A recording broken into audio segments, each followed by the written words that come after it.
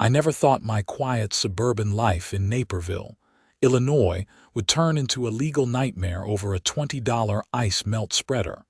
But here I am, sitting in a police station watching Karen from the HOA get arrested for theft. Let me back up. My name is Quentin Xavier, and I moved into the Meadowbrook Heights subdivision 3 years ago. The neighborhood looked perfect when I bought my 2-story colonial house with the white picket fence and mature oak trees lining the streets.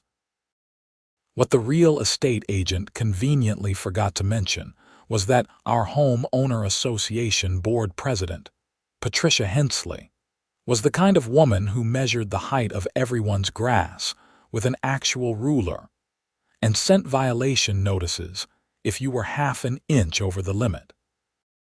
It was February, and Illinois was getting hammered with one of the worst winter storms in years.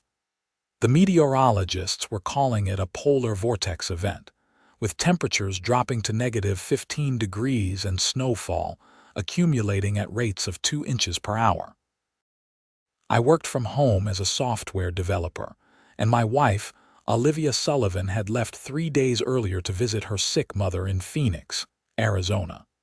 She would be gone for at least 2 weeks, leaving me to handle the house and property maintenance alone. The storm started on a Tuesday morning. I woke up to my phone buzzing with weather alerts and HOA emails.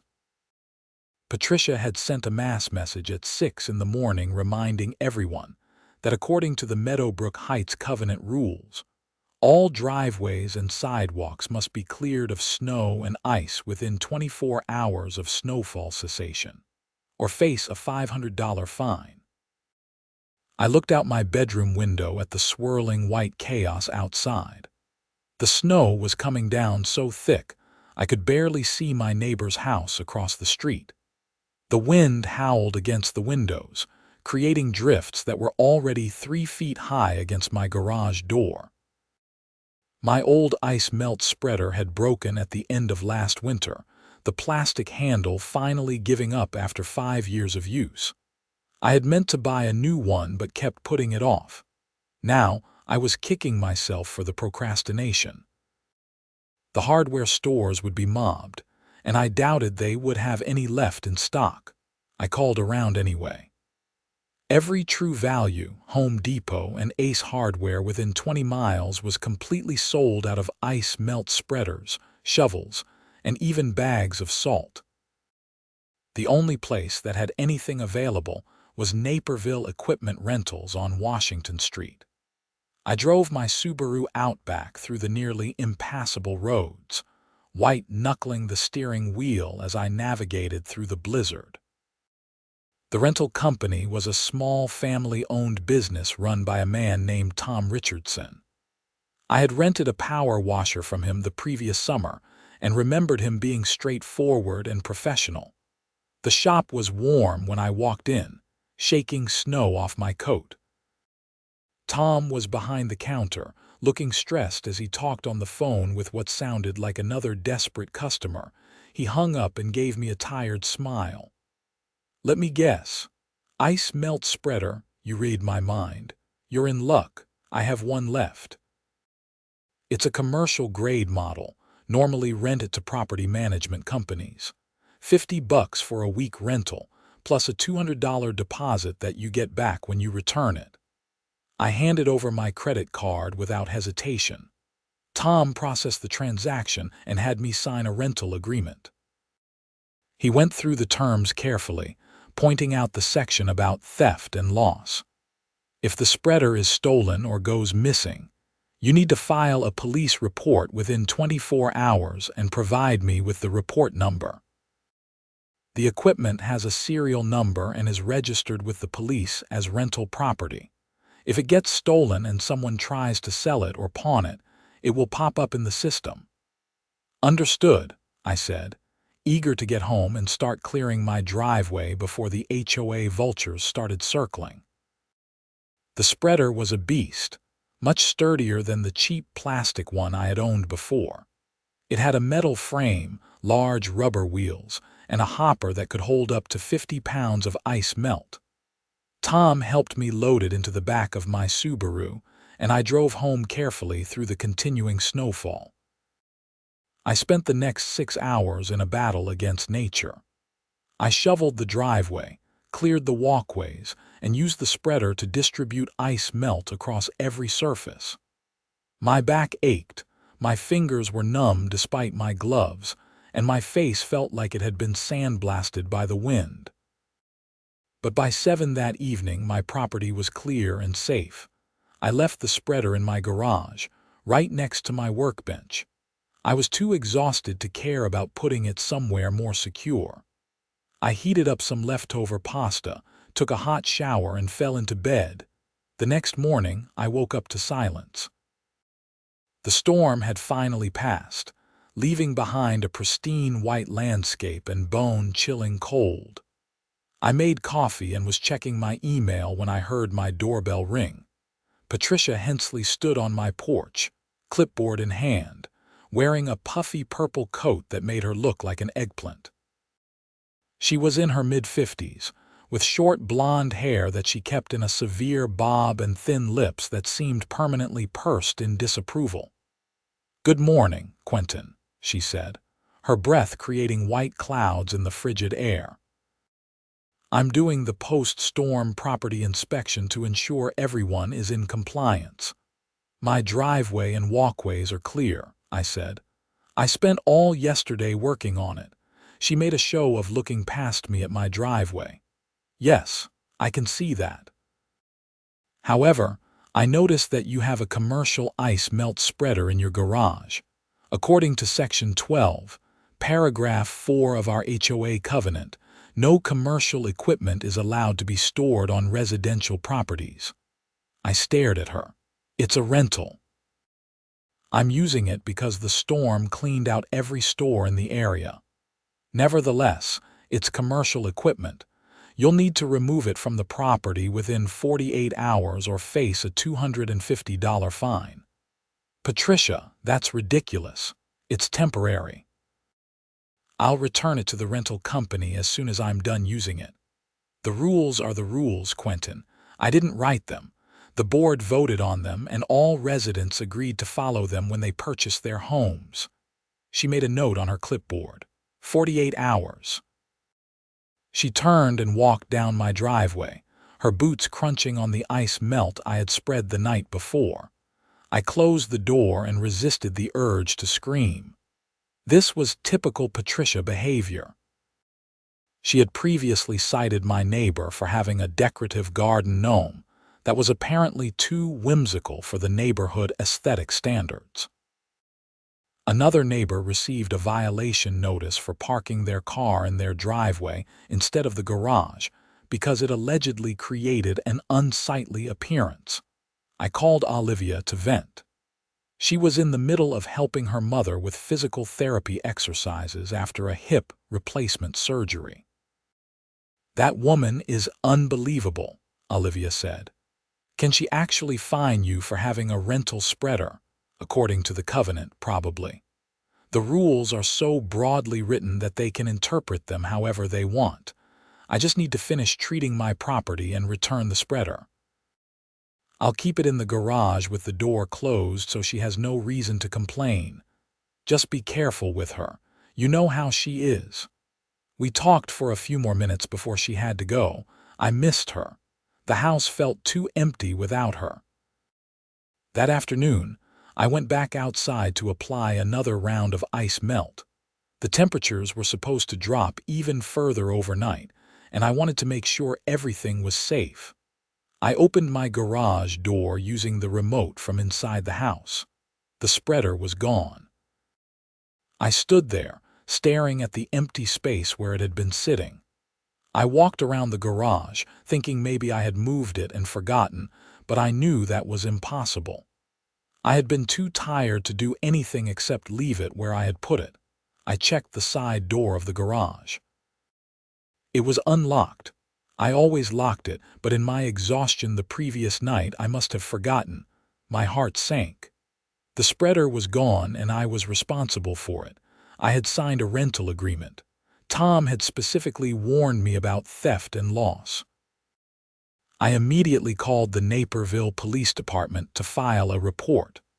An officer named Jeff Martinez arrived about 40 minutes later. He was in his early 30s, professional and thorough. I explained the situation, showed him where the spreader had been, and mentioned that I had forgotten to lock the side door. Officer Martinez took notes and walked around the garage, looking for any signs of forced entry or additional theft. Nothing else was missing. My tools were all accounted for, and even my expensive cordless drill set was still sitting on the workbench. "So someone came into your garage and only took the ice melt spreader?" he asked. "They didn't take any of this other equipment, apparently. That's odd. Usually, thieves grab whatever they can carry that has value. Your drill set alone is worth a couple $100. I know. It doesn't make sense to me either." He handed me a case number and told me I could pick up the full police report in a few days. I called Tom at the rental company and explained what had happened. He was understanding but firm about the policy. "I'm sorry this happened, Quentin, but according to the rental agreement, you're responsible for the equipment. The police report helps, but I still have to charge you for the lost property if it's not recovered. The spreader retails for around $800. I felt sick. $800 because I forgot to lock a door. I'll give you a week before I process the charge," Tom said. "Sometimes stolen property turns up quickly. I'll also flag the serial number in our system and with the police." I spent the rest of the day feeling angry and frustrated. I couldn't shake the feeling that something was off about the whole situation. Who steals an ice melt spreader and nothing else? The next morning, I was working at my home office when I happened to glance out the window. Patricia was outside her house, which was 4 doors down from mine on the same side of the street. She was using an ice melt spreader on her driveway. A commercial-grade ice melt spreader with a metal frame and large rubber wheels. My ice melt spreader. I grabbed my coat and walked down the street, my anger building with each step. Patricia saw me coming and had the audacity to smile. "Good morning, Quentin. Beautiful day, isn't it?" "Cold but beautiful." "That's my spreader," I said, pointing at the equipment. Her smile didn't waver. "I'm sorry, what? That spreader. It's the one that was stolen from my garage. I rented it from Naperville Equipment Rentals." "This is my spreader, Quentin. I purchased it last week." "No, you didn't. That's a rental unit. It has the company's markings on it." I walked closer and looked at the spreader. Sure enough, there was a small sticker on the hopper with the rental company's logo and a serial number. Patricia stepped between me and the spreader. "You need to leave my property right now or I'm calling the police." "Good, call them. Because that's stolen property and I filed a police report yesterday." Her face flushed red. "How dare you accuse me of theft? I am the HOA president. I have lived in this neighborhood for 15 years. I am a respected member of this community. And I'm the guy whose garage you broke into to steal a rental spreader because you were mad about me having commercial equipment on my property. I did no such thing. This is harassment, Quentin. I'll be filing a formal complaint with the HOA board." "File whatever you want. I'm calling the police." I pulled out my phone and dialed the non-emergency number for the Naperville Police Department. I explained that I had located the stolen property I had reported the day before and provided the address. The dispatcher said an officer would be there shortly. Patricia's face had gone from red to pale. She pulled out her own phone and made a call, speaking in a low, urgent voice that I couldn't quite hear. We stood there in her driveway, not speaking, for about 15 minutes until a squad car pulled up. Officer Martinez stepped out, looking between the two of us.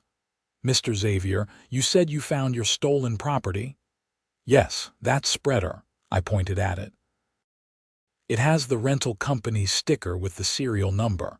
I can call Tom Richardson right now to verify it."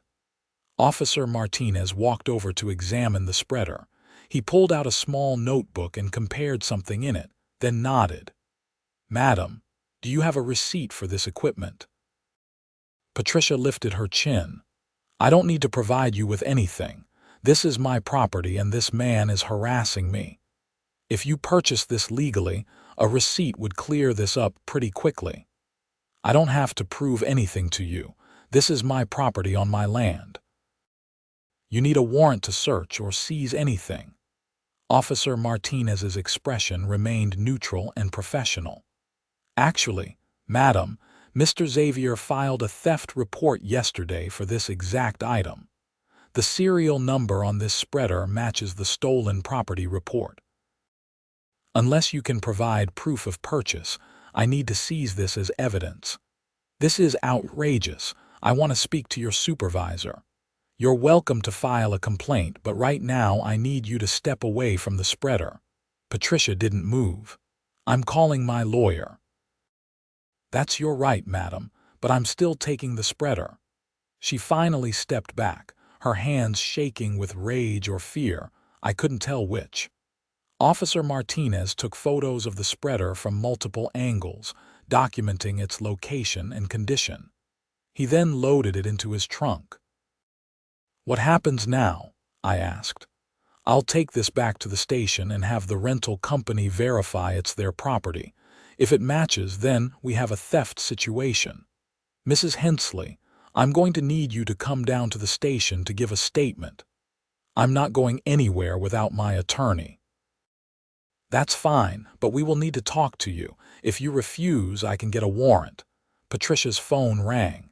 She answered it, speaking briefly, then hung up. "My attorney says I shouldn't speak to you without him present. When can you and your attorney come to the station?" "Tomorrow afternoon." 2:00. Officer Martinez made a note. "We'll see you then, and Mrs. Hensley, don't leave town." He turned to me. "Mr. Xavier, can you follow me to the station? I want to get Tom Richardson down there to verify this is his equipment." "Absolutely." We left Patricia standing in her driveway, looking smaller and less intimidating than I had ever seen her. At the police station, Tom arrived within 30 minutes. He examined the spreader carefully, checking the serial number against his records. "This is definitely mine," he confirmed. "The serial number matches, and I can see the wear patterns from how my previous renters used it. This is the unit I rented to Quentin." Officer Martinez took Tom's statement and had him sign several documents. Then he turned to me. "Mr. Xavier, this is now officially a theft investigation. Given that Mrs. Hensley had the stolen property in her possession, and given your statement about the conflict over having it on your property, we have probable cause. When she comes in tomorrow with her attorney, we'll be questioning her about how she obtained this spreader." "What are the chances she actually gets charged with anything?" I asked. "She's well connected in the community."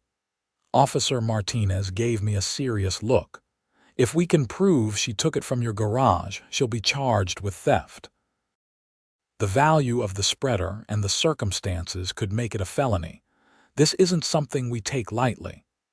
I drove home feeling vindicated but also uneasy. I had never imagined that a dispute over HOA rules would escalate to potential criminal charges. Part of me felt bad for Patricia, but the rational part of me remembered that she had stolen from me and lied about it. That evening, my doorbell rang. I looked through the peephole and saw a tall man in an expensive suit standing on my porch. I opened the door cautiously. "Mr. Xavier." "My name is Douglas Pemberton. I'm Mrs. Hensley's attorney. May I have a moment of your time? I don't think I should talk to you without my own lawyer present." "I completely understand. I'm not here to intimidate or pressure you. I'm here to see if we can resolve this situation amicably before it becomes a bigger problem for everyone involved." Against my better judgment, I let him in. We sat in my living room and he placed his briefcase on his lap. "Mr. Xavier, my client made a mistake." She's willing to admit that she overreacted to the situation and took your rental spreader. She was angry about what she perceived as a violation of HOA rules, and she acted impulsively. She committed theft. She exercised extremely poor judgment. She's willing to pay for any costs you incurred, including the rental fees, and she's willing to resign from her position as HOA president. In exchange, we're hoping you would consider not pressing charges. I don't press charges. The police do. And they already have the spreader and Tom's statement. Douglas nodded slowly. That's true, but your cooperation and statement carry significant weight if you were to tell the police that you've reached an understanding with Mrs. Hensley and you don't wish to pursue the matter, they might decide it's not worth their resources. She broke into my garage and stole $800 worth of equipment because she was petty about an HOA rule. Then she lied about it to me and the police. Why should I let her off the hook? Because dragging this through the criminal justice system will be expensive and time-consuming for everyone. Mrs. Hensley has never been in trouble with the law before. A criminal record would destroy her career and her reputation. Maybe she should have thought about that before she stole from me. Douglas reached into his briefcase and pulled out a check. My client has authorized me to offer you $5,000 as compensation for your troubles. You drop any cooperation with the police, and we all move on with our lives. I looked at the check. It was already made out to me, signed by Patricia Hensley. This feels like hush money. Think of it as compensation for the stress and inconvenience she caused you. $5,000 is substantial. You can use it for home improvements, a vacation with your wife, whatever you want. I picked up the check and held it for a moment. $5,000 would be nice. Olivia and I had been talking about renovating the kitchen. But the principle of the matter bothered me. Patricia had violated my property, stolen from me, and now thought she could buy her way out of consequences. I handed the check back to Douglas. No deal. She needs to face the consequences of her actions. His expression hardened slightly. You're making a mistake, Mr. Xavier. My client has friends on the city council and connections throughout the community. This could become very unpleasant for you. Are you threatening me? I'm advising you of the reality of the situation. Mrs. Hensley is well respected and well connected. You're relatively new to the community. In any he said she said scenario, who do you think people will believe? It's not he said she said. The police have the stolen property that was in her possession. Tom Richardson verified it was his. There's no ambiguity here. Douglas stood up, putting the check back in his briefcase. You're being very short-sighted, Mr. Xavier, but if you want to do this the hard way, that's your choice. He left, and I immediately called Officer Martinez to tell him about the conversation. He sighed heavily when I finished. I appreciate you telling me. That was basically an attempted bribe and possible witness intimidation. I'll make a note of it in the case file. He made it sound like Patricia could make my life difficult through her connections. She might try, but you did everything right. You reported the theft, we recovered the property, and the rental company confirmed it. This is a solid case. Don't let him intimidate you. The next day, I called Olivia to update her on everything. She was shocked and worried. Are you safe? This woman sounds unhinged. I'm fine. The police are handling it. How's your mom? She's doing better. The physical therapy is helping. I should be home in another week and a half. Good, I miss you. I miss you too. Please be careful with this Patricia situation. I don't trust her. That afternoon, I got an email from the HOA board. It was a notice of a special meeting to discuss concerning allegations against a board member. The meeting would be held in 3 days at the community center. I planned to attend, but first I wanted to see how Patricia's interview with the police went. Officer Martinez called me that evening. We met with Mrs. Hensley and her attorney today. She admitted to taking the spreader from your garage. She admitted it, reluctantly, but yes. Her story is that she was conducting HOA inspections and noticed your garage side door was unlocked. She saw the commercial spreader, which she believed was an HOA violation. She claims she took it to hold it as evidence for an HOA hearing, intending to return it after the matter was resolved. That's the most ridiculous thing I've ever heard. Her attorney tried to spin it as a misunderstanding rather than theft, but the fact is, she entered your property without permission and took something that didn't belong to her. That's theft under Illinois law. What happens now? The case goes to the state's attorney's office. They'll review the evidence and decide what charges to file. Given that the spreader is valued at $800 and given that she entered a structure to take it, they could charge her with burglary, which is a felony in Illinois. Burglary. That seems serious. Burglary is defined as unauthorized entry into a building with intent to commit a theft or felony. Your garage qualifies as a building. If they go that route, she's looking at a Class 2 felony, which carries 2 to 5 years in prison, though first-time offenders usually get probation. I felt a knot in my stomach. I hadn't wanted to ruin Patricia's life. I just wanted my rental spreader back and for her to stop harassing me about nonsense HOA rules. I just wanted this resolved, I said. I didn't want to send someone to prison. Mr. Xavier, you didn't do this. She did. She made the choice to steal from you. You were just trying to get your property back. Don't let anyone make you feel guilty about that. The HOA meeting arrived, and the community center was packed. Apparently, word had spread about the situation, and everyone wanted to see the drama unfold.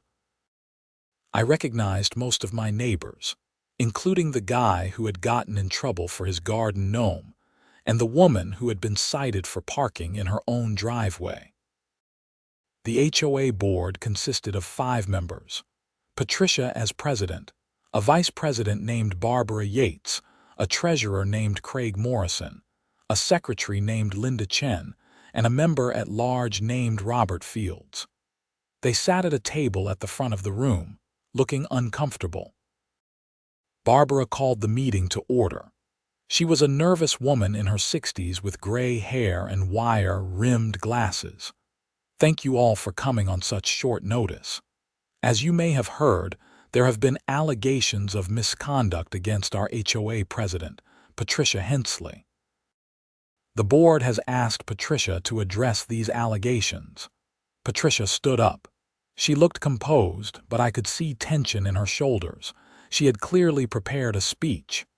I want to address the rumors that have been circulating about me. Yes, there was an incident involving a piece of rental equipment belonging to Quentin Xavier. There was a misunderstanding about HOA rules and the proper handling of covenant violations. I made an error in judgment about how to handle the situation. However, I want to be clear that I had no criminal intent. I was trying to enforce the rules that we all agreed to follow when we bought our homes in this community. Someone in the audience shouted, "You stole from him." Patricia's face reddened. I did not steal. I temporarily relocated equipment that was in violation of our covenants. I stood up. You entered my garage without permission and took property that didn't belong to you.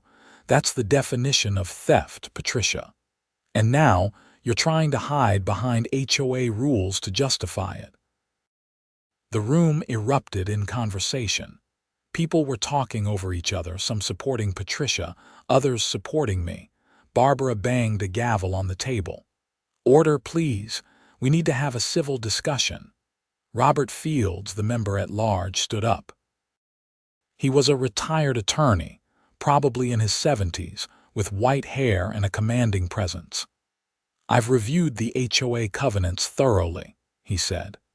"There is no provision that allows any board member to enter a resident's property without permission or to seize property for alleged violations.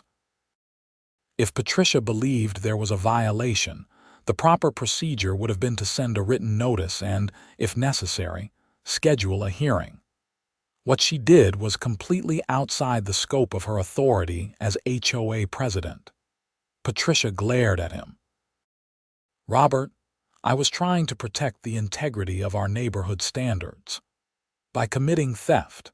Patricia, I've known you for years, and I've respected your dedication to this community.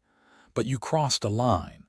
You've embarrassed this board and potentially exposed the HOA to legal liability." Craig Morrison, the treasurer, nodded. "I agree with Robert. I move that we immediately remove Patricia Hensley as HOA president and as a member of the board." "I second that motion," Linda Chen said quickly. Barbara looked miserable. "All in favor?"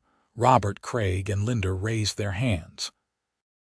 Barbara hesitated, then slowly raised hers as well. "The motion passes," Barbara said quietly.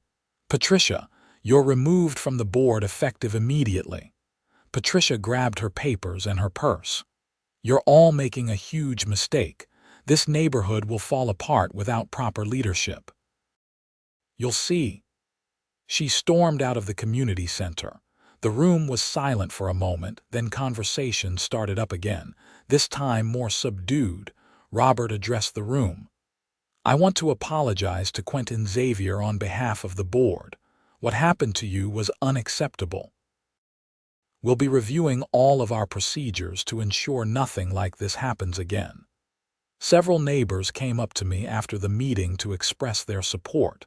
The guy with the garden gnome shook my hand vigorously. "Thank you for standing up to her. She's been a tyrant for years. Maybe now we can have a reasonable HOA that doesn't harass people over ridiculous rules." I drove home feeling drained. The vindication felt good, but the whole situation left a bad taste in my mouth. I had never wanted this level of conflict with a neighbor. 2 weeks later, Olivia finally came home. I picked her up from O'Hare Airport, and the relief of having her back was overwhelming. I filled her in on everything that had happened while we drove back to Naperville. "I can't believe she got removed from the board," Olivia said.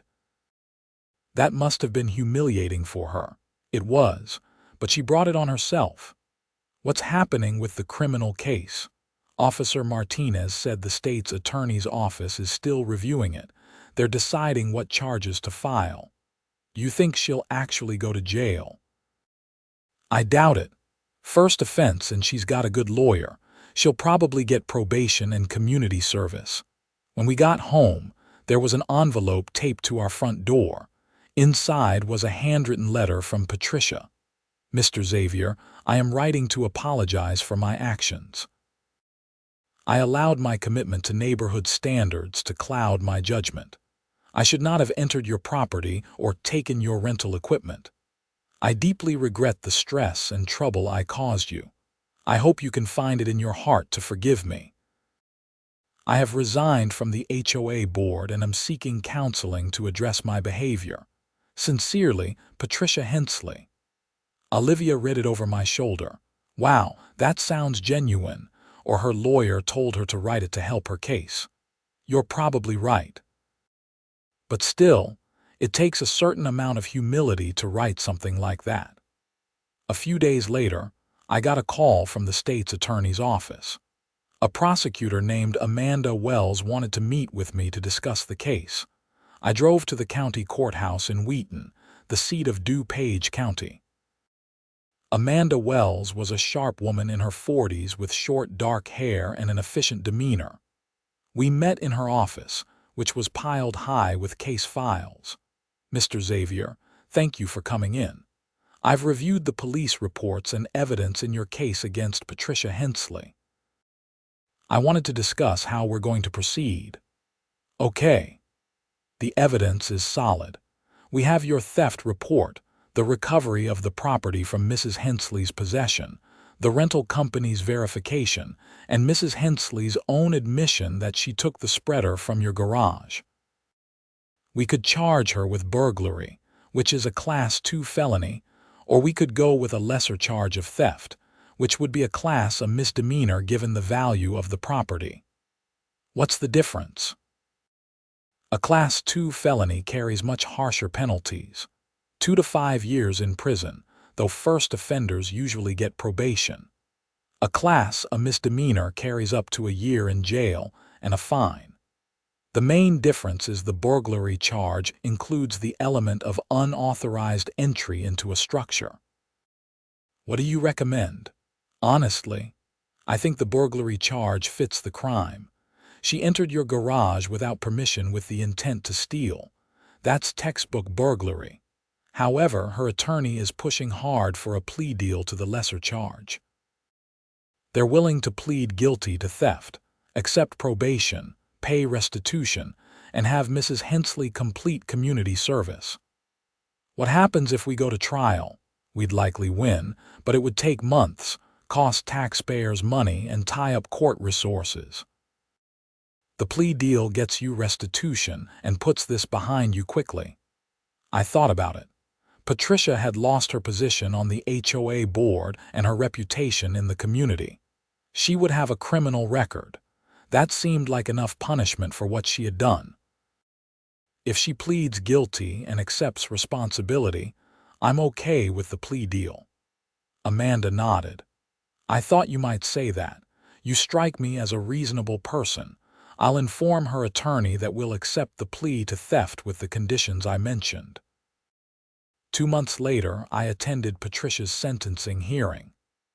The courtroom was nearly empty, just Patricia, her attorney Douglas Pemberton, Amanda Wells, Officer Martinez, and a few other people I didn't recognize. Patricia pleaded guilty to 1 count of theft. Judge Ronald Stevens, a stern man in his 60s, reviewed the case file and the plea agreement. Mrs. Hensley, you've pleaded guilty to theft of property valued at $800. You understand the charges against you? Yes, Your Honor. And you admit that on February 11th of this year, you entered Mr. Quentin Xavier's garage without permission and took a rental ice melt spreader that belonged to Naperville Equipment Rentals. Patricia's voice was barely above a whisper. Yes, Your Honor. This is a serious matter, Mrs. Hensley. You violated someone's property and their trust. The only reason you're not facing burglary charges is because Mr. Xavier was gracious enough to agree to this plea deal. I want you to understand how lucky you are. I do, Your Honor. I'm sentencing you to 2 years of probation. During this time, you will complete 200 hours of community service.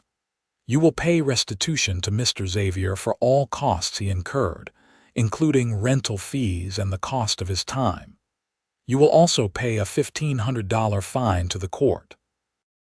Additionally, you are prohibited from serving in any leadership capacity in any homeowner association during your probationary period. Do you understand these terms? Yes, Your Honor. If you violate probation, you'll serve the maximum jail time for this offense. I suggest you take this very seriously. I will, Your Honor. The gavel came down and it was over. As we left the courtroom, Patricia approached me. Douglas Pemberton tried to stop her, but she waved him off. Mr. Xavier, I just want you to know that I truly am sorry. I let my obsession with rules and order turn me into someone I'm not proud of. I'm in therapy now, trying to understand why I behaved that way. I hope someday you can forgive me. I looked at her. She seemed smaller somehow, diminished by the consequences of her actions. I accept your apology, Patricia. I hope you get the help you need. She nodded, tears welling in her eyes, and walked away with her attorney. Officer Martinez came up beside me. How do you feel? Honestly, I feel bad for her. I know she brought this on herself, but it's hard to watch someone's life fall apart. That's because you're a decent person. A lot of people in your position would have pushed for the maximum charges. What's the point? She's been humiliated. She lost her position on the HOA board. She has a criminal record and she has to do community service. That's punishment enough. I drove home to find Olivia in the kitchen, making dinner. The smell of her homemade lasagna filled the house. "How did it go?" she asked. "It's over." She pleaded guilty, got probation and community service. The judge ordered her to pay me restitution for everything. "So it's finally done." "Yeah, it's done." She hugged me. "I'm proud of you for how you handled this. A lot of people would have been vindictive." I just wanted my rental spreader back and for her to stop harassing me about HOA violations. Mission accomplished, I guess. Over the next few weeks, life slowly returned to normal. The new HOA board, with Robert Fields as president, sent out a newsletter announcing changes to how covenant enforcement would work. There would be more reasonable interpretation of rules, better communication with residents, and absolutely no unauthorized property inspections. I received a check from Patricia for $850, covering the rental fees, my deductible for time off work to deal with the police and court appearances, and other incidental costs. A note was included with the check, again apologizing for what she had done. Tom Richardson at the rental company was pleased to get his spreader back undamaged. He told me that the publicity from the case had actually been good for his business. People respected that he had proper systems in place to track his equipment and prosecute theft. My neighbors were friendlier than ever. The garden gnome guy had a barbecue and invited half the street. People joked about the incident, but in a good-natured way. The tyranny of overzealous HOA enforcement had ended, and everyone seemed relieved. I even ran into Patricia once at the grocery store. We made eye contact briefly, and she gave me a small, sad smile before turning down a different aisle. I didn't follow her. There was nothing left to say. Olivia and I used the restitution money to buy a really good snow blower so we would never have to rent equipment again. We also invested in a security system for the house, including cameras on the garage. I wasn't paranoid, just cautious. Winter finally gave way to spring.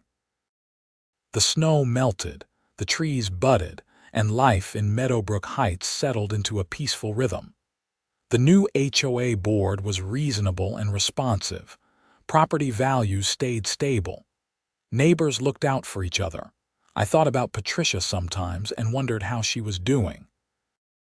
I heard through the neighborhood grapevine that she had sold her house and moved to a condo in downtown Chicago, wanting a fresh start away from the community where she had been humiliated. I hoped she was getting the help she needed and finding peace. The whole experience taught me several lessons. First, HOA rules should serve the community, not the egos of power-hungry board members. Second, always lock your garage doors even when you're tired. Third, standing up for yourself when someone wrongs you is important, but so is knowing when enough is enough.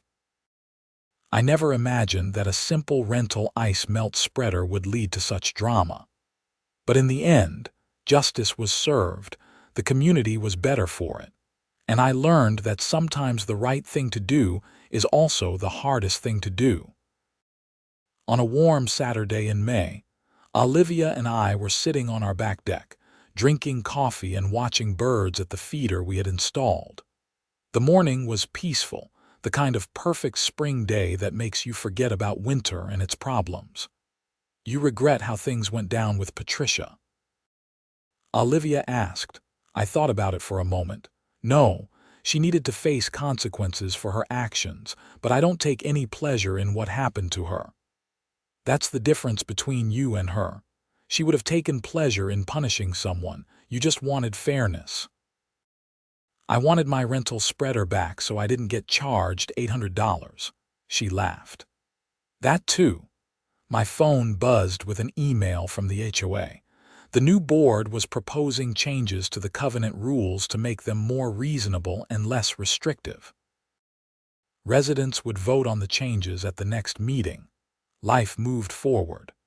The ice melt spreader incident became a story I told at parties, a cautionary tale about HOA overreach and the importance of respecting other people's property. Most people found it entertaining. Some found it unbelievable. But it had happened. Every ridiculous moment of it. Summer arrived, and Meadowbrook Heights came alive with block parties, kids playing in the streets, and neighbors actually talking to each other instead of sending passive-aggressive violation notices. The new HOA board approved the garden gnome that had been controversial. They also approved decorative lawn flamingos, basketball hoops, and cars parked in driveways.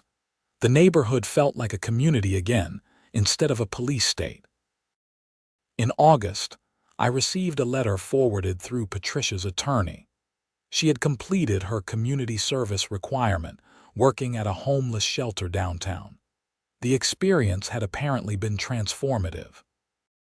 She wrote that serving people who had real problems had given her perspective on how petty and controlling she had been as HOA president. She included no return address and requested no response. It was simply a final apology and an update on her life. She had started a new job as an office manager for a nonprofit organization. She was continuing therapy. She was trying to be a better person. I showed the letter to Olivia, and we both agreed it seemed genuine. People can change when they face consequences and do the work to address their issues. I hoped Patricia had truly changed and that she would find happiness in her new life. That fall, the HOA held elections for board positions. Robert Fields was unanimously re-elected as president. Several younger residents joined the board, bringing fresh perspectives and energy. One of their first acts was to create a conflict resolution committee to handle disputes between neighbors before they escalated to violations and fines. If only that had existed a year earlier, maybe the ice melt spreader incident would never have happened. But then again, maybe Patricia's issues ran too deep for mediation to solve. Some people need to hit rock bottom before they can begin to climb back up. Winter came again, as it always does in Illinois. I was prepared this time with my new snow blower and plenty of ice melt. I also had a working garage door lock and a security system. No one was going to steal my equipment again. The first snow of the season fell on a quiet Sunday morning. I went outside to clear my driveway, and several neighbors were doing the same. We waved to each other, called out greetings, offered to help if anyone needed it. It was the kind of neighborly interaction that should be normal but had been stifled under Patricia's reign. As I guided my snow blower up and down the driveway, I reflected on how much had changed in a year. A simple rental spreader had exposed deep problems in our HOA and our community. The resolution had been messy and uncomfortable, but ultimately necessary. Patricia had committed a crime. She had faced consequences. The system had worked, albeit slowly and imperfectly. Justice wasn't always satisfying or clean, but it was important. I finished my driveway and sidewalk, then helped my elderly neighbor, Mrs. Patterson, with hers. She was 83 and couldn't handle the heavy snow herself. Under the old HOA regime, she had been fined multiple times for not clearing her walks quickly enough, even though she physically couldn't do it and couldn't afford to hire someone. Now, neighbors helped each other. The HOA arranged volunteer snow removal for elderly and disabled residents. The community had become what it should have been all along, a place where people looked out for each other. That evening, Olivia and I hosted a small dinner party. Our friends wanted to hear the full story of the ice melt spreader incident. I told them everything, from Patricia's initial violation notice to the final sentencing hearing. "That's insane," my friend Derek said. "She really thought she could just take your stuff." She convinced herself she was enforcing HOA rules. In her mind, she was the righteous one, and I was the rule breaker. That's what happens when you give someone a little power and they let it go to their head. I'm glad our neighborhood doesn't have an HOA, Derek's wife Hannah said.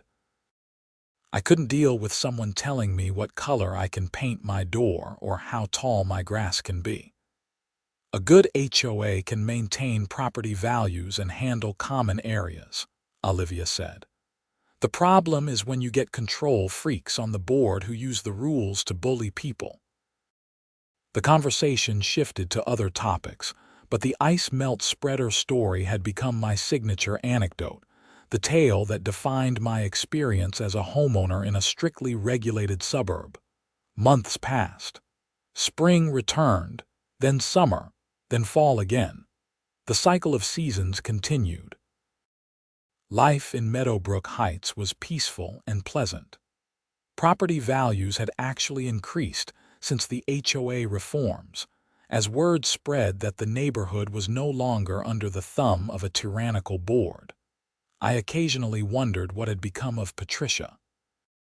I hoped she was doing well in her new life, that she had found peace and purpose. Despite everything she had put me through, I bore her no ill will. She had been her own worst enemy, and she had paid the price. The ice melt spreader itself had been returned to Tom Richardson, who continued to rent it out to customers during winter months. I joked with him once that he should put a plaque on it. The famous stolen spreader that brought down an HOA president. He laughed and said, "I've actually gotten requests from people who specifically want to rent that spreader because of the story. It's become kind of famous in the rental equipment community." Only in America could a piece of winter maintenance equipment become a minor celebrity. As another winter approached, I took stock of my life. I had a wonderful wife, a comfortable home in a neighborhood I actually enjoyed living in now, good neighbors, a reasonable HOA, and all my rental equipment safely secured in a locked garage with security cameras. The ice melt spreader incident had been stressful, frustrating, and at times surreal. But it had also brought positive change to our community. Sometimes it takes a dramatic incident to expose problems that everyone knew existed but no one wanted to confront. Patricia's theft and subsequent conviction had been a wake-up call for Meadowbrook Heights. It forced residents to examine what kind of community they wanted to live in. Did they want a place ruled by petty enforcement of arbitrary rules, or did they want a neighborhood where people treated each other with respect and common sense? The answer became clear pretty quickly, once Patricia was removed from power. I received one final communication from Patricia about 18 months after the sentencing. It was a short email, sent from a new address, asking permission to use our story as part of her therapy work. Her therapist thought it would be helpful for her to fully process what she had done and why, and sharing the story in a controlled therapeutic environment might aid her recovery. I wrote back giving permission. If Patricia's mistakes could help her become a better person, and maybe help others avoid similar behavior, then something good would come from the whole mess. She replied with a simple thank you and a final statement. "I'm not the person I was when I stole from you. I'm working every day to be someone better. Thank you for giving me the chance to learn and grow from my mistakes." That felt like the true end of the story. Years have passed since that February day when I discovered my rental spreader missing. The incident has become part of neighborhood lore, the story people tell new residents as an explanation for why Meadowbrook Heights has such reasonable HOA rules. The garden gnome guy still has his gnome, now joined by several friends in a whimsical display that makes everyone smile. The woman who was cited for parking in her driveway now parks there every day without fear. Kids play basketball in their driveways. People paint their doors whatever colors they want within reason. The HOA still exists and still maintains standards, but those standards are enforced with common sense and compassion, rather than rigid adherence to overly restrictive rules. Disputes are handled through conversation and mediation, rather than fines and threats. Olivia and I eventually installed a new kitchen, fulfilling the renovation dreams we had talked about. We hosted the neighborhood 4th of July party one year, and someone joked that we should display the infamous rental spreader as a historical artifact. I declined, but the joke itself showed how the community had moved past the darkness of Patricia's reign. We could laugh about it now because it was over and things had gotten better. I still see Officer Martinez occasionally around town. He tells me the ice melt spreader case became a teaching example at the police academy for how to handle HOA-related disputes that cross into criminal behavior. Who knew such a thing existed? Tom Richardson retired and sold his rental business to a younger couple who kept the same honest, straightforward approach to business. They kept the serial number tracking system and the policy of reporting stolen equipment. The model worked.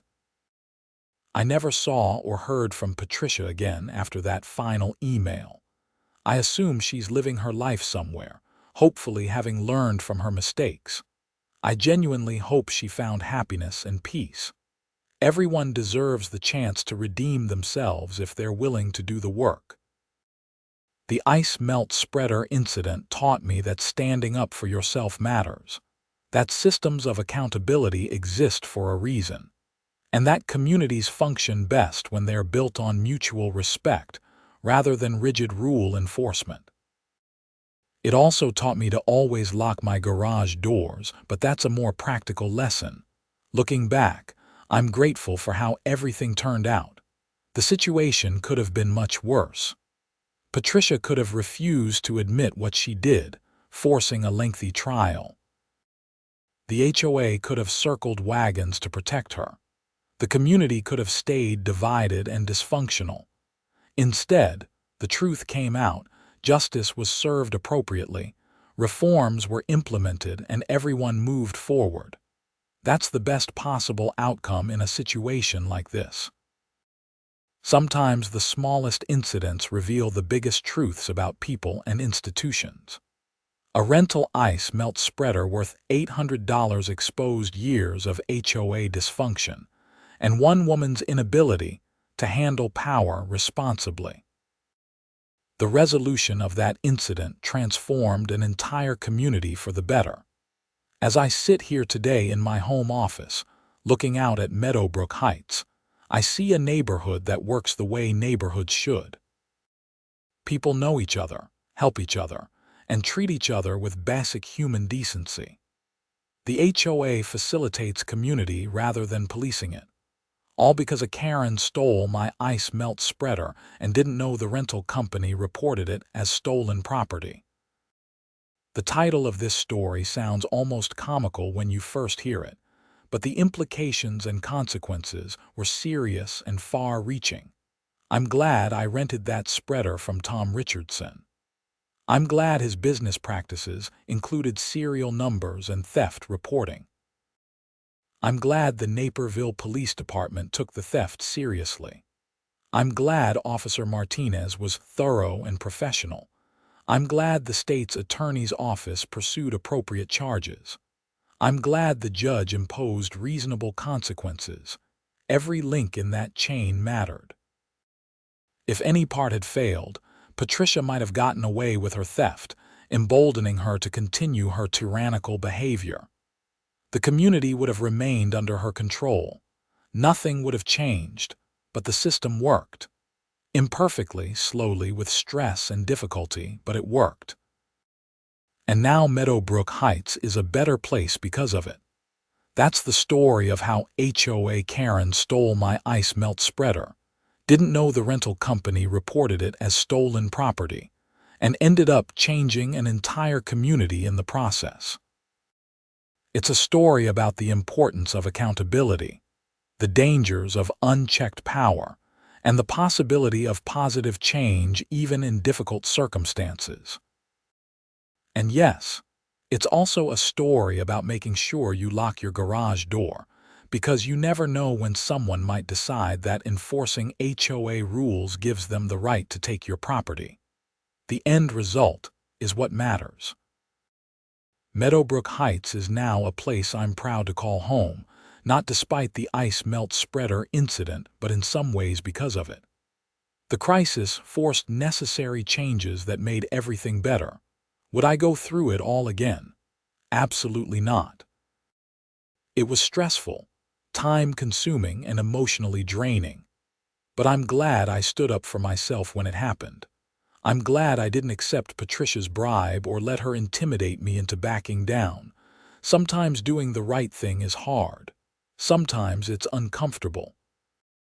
Sometimes it costs you time and energy and peace of mind, but it's still worth doing. That's the real lesson of the ice melt spreader incident. Not that HOA board members can abuse their power, though they certainly can. Not that theft is a crime with real consequences, though it certainly is.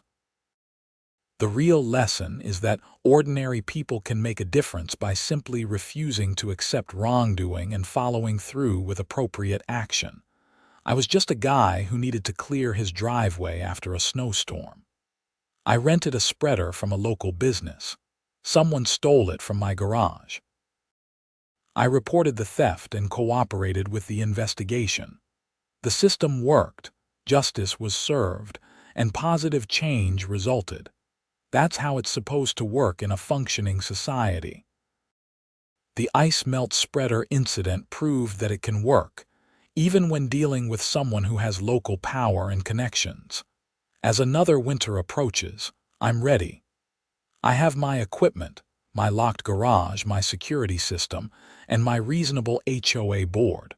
I have good neighbors and a peaceful community. And somewhere out there, probably in a storage unit or rental shop, is the ice melt spreader that started it all. Just a simple piece of equipment designed to spread salt and ice melt on driveways and sidewalks.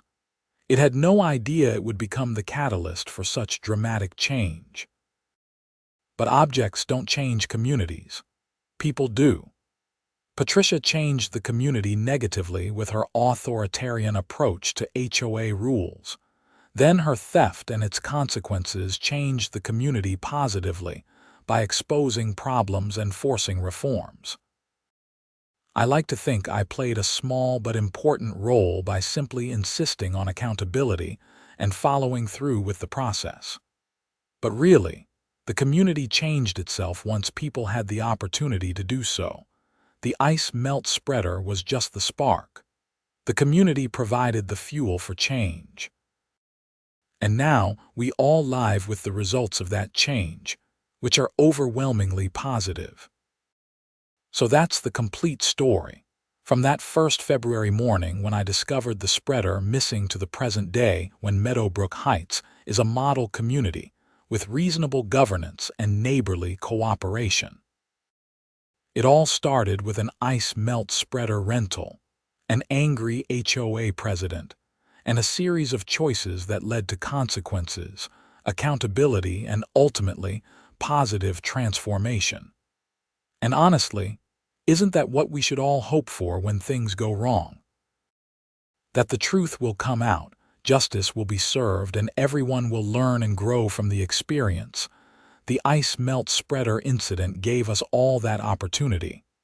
I took it. The community took it. Even Patricia eventually took it. And now we all live with the results. I'd say it worked out pretty well, considering how badly it could have gone. My rental equipment was recovered.